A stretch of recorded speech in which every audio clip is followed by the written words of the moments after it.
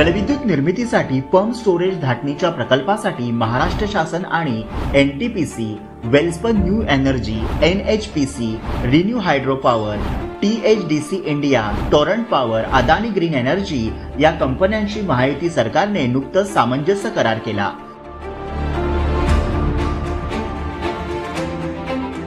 ज्यामध्ये 62,550 इतकी रोजगार निर्मिती होणार आहे। उपमुख्यमंत्री देवेंद्र फडणवीस यांच्या पुढाकाराने हे विक्रमी करार करण्यात आले असून त्यातून 35,240 मेगावॅट वीज निर्मिती होणार आहे।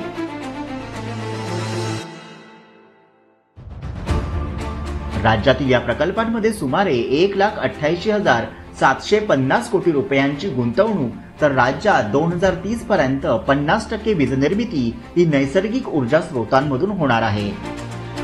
या करारामुळे शाश्वत वीज निर्मिती आणि अर्थव्यवस्था वाढीस मोठा हातभार लागणार आहे।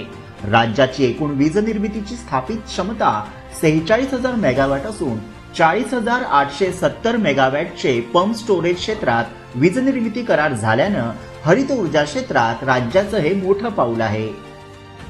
राज्यात सौर ऊर्जा निर्मितीतही लक्षणीय वाढ करण्यात येत आहे।